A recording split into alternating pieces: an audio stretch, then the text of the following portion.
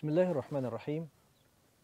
من عظمة الإسلام الحنيف أن عملا من أعمال القلوب يدخل صاحبه الجنة.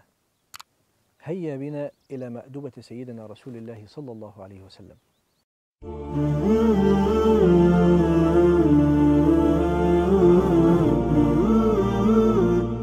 الحمد لله رب العالمين، والصلاة والسلام على أشرف المرسلين ورحمة الله للعالمين سيدنا محمد صلى الله عليه وعلى آله وأصحابه وأتباعه وسلم تسليما كثيرا. أيها المشاهد الكريم، إن الله سبحانه وتعالى قد يعطي على العمل القلبي أو المعنوي ما لا يعطي على العمل الحسي، ونفهم هذا من حديث النبي الكريم صلى الله عليه وسلم الذي يقول فيه: إن أقربكم مني مجلسا يوم القيامة أحاسنكم أخلاقا. فحسن الخلق عمل معنوي وليس عملا حسيا مثل الصلاة مثلا أو الصيام أو الحج.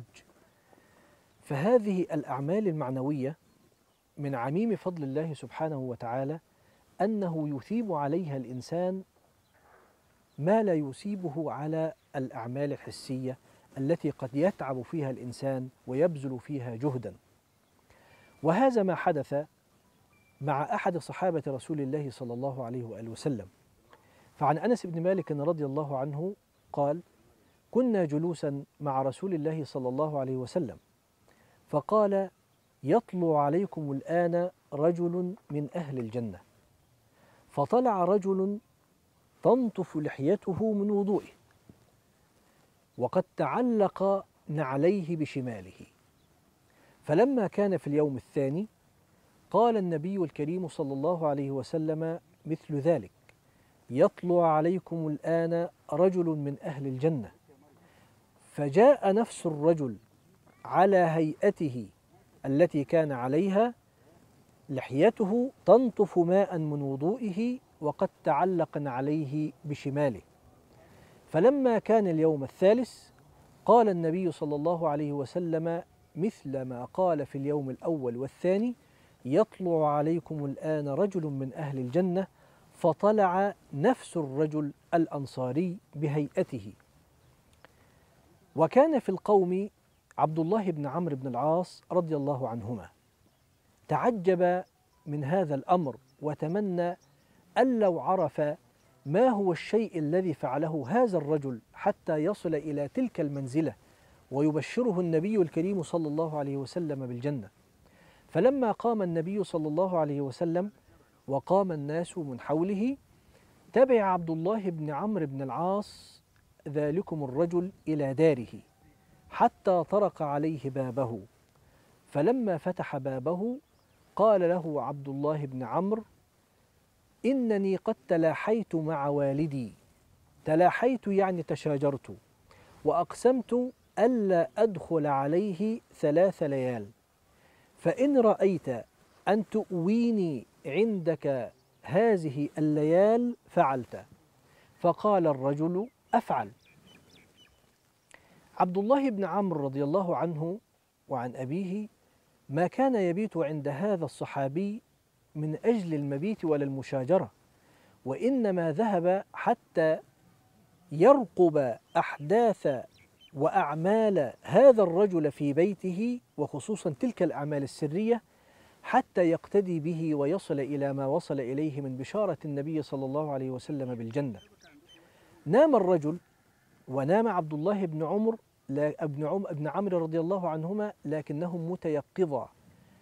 قال أنس رضي الله عنه: وكان عبد الله بن عمرو يحدث الناس بهذه الليالي، فكان يقول: لم أره يقوم من الليل شيئا. يا من تعتقد أن الأعمال الحسية هي السبب المباشر، الصلاة ممتازة وفريضة، الحج، الصيام، الزكاة، كلها عبادات نسأل الله تعالى أن يعيننا على أدائها، ولكن عليك أن تعطي حظا للأعمال القلبية وللأخلاق وللأعمال المعنوية، فإن الله تعالى يعطي عليها كما قال صلى الله عليه وسلم: إن الله يعطي على الرفق ما لا يعطي على غيره. عبد الله بن عمرو رضي الله عنهما راقب الرجل فقال: لم أره يقوم من الليل شيئا، هذا أول شيء. ثم قال: غير أنه كان إذا تعار من الليل وتقلب في فراشه كان يذكر الله حتى يقوم إلى صلاة الفجر. فالخصلة الأولى التي أهلت هذا الرجل أنه كان إذا تقلب في فراشه ليلا كان يذكر الله تعالى بأي ذكر، بدليل أن عبد الله بن عمرو لم يقل كان يقول كذا، وإنما كان يقول يذكر الله أي ذكر، سبحان الله والحمد لله ولا إله إلا الله والله أكبر، أو يقول لا إله إلا الله، أو أي ذكر يأتي على لسانه أو دعاء. قال: غير أنه إذا تعار من الليل أو تقلب في فراشه ذكر الله حتى يقوم إلى صلاة الفجر. هذه الخصلة الأولى. الخصلة الثانية قال: ولم أسمعه يقول إلا خيرا، وهذا امتثالا لحديث النبي الكريم صلى الله عليه وسلم: ومن كان يؤمن بالله واليوم الآخر فليقل خيرا أو ليصمت. فلما انقضت الأيام الثلاث يقول عبد الله بن عمرو: فكأنني احتقرت عمله. ما هذا العمل الذي يعمله؟ هل هذا يؤهله لأن يبشره النبي الكريم صلى الله عليه وسلم بالجنة؟ فقال: يا عبد الله، والله ما تلاحيت مع أبي، ولكني سمعت رسول الله صلى الله عليه وسلم يقول ثلاثا: يطلع عليكم الآن رجل من أهل الجنة، فكنت أنت، فأردت أن أتبعك حتى أنظر ماذا تصنع في بيتك وأقتدي بك حتى أصل إلى ما وصلت إليه. وهنا قال له الرجل: ليس إلا ما رأيت. فلما قال هذا الكلام لعبد الله بن عمرو بن العاص انصرف. فلما انصرف ناداه مرة أخرى ذلكم الرجل، فعاد عبد الله بن عمرو فقال له الرجل: ليس إلا ما رأيت، غير أني، ركز أيها المشاهد الكريم، هذه هي الخصلة الثالثة التي أوصلت بهذا الرجل إلى تلك المنزلة: غير أني لا أجد في نفسي غشا لأحد من المسلمين، ولا أحسد أحدا على نعمة أعطاها الله إياه. فقال عبد الله بن عمرو: هذه التي بلغت بك وتلك التي لا نطيق. انظر أيها المشاهد الكريم، أعمالا بسيطة، أعمالا قلبية، ذكرا لا يحتاج إلى كثير مجهود، وصل بهذا الرجل الأنصاري إلى أن بشره النبي الكريم صلى الله عليه وآله وسلم بالجنة.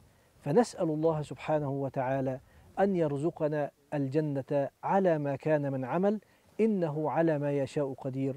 والسلام عليكم ورحمة الله وبركاته.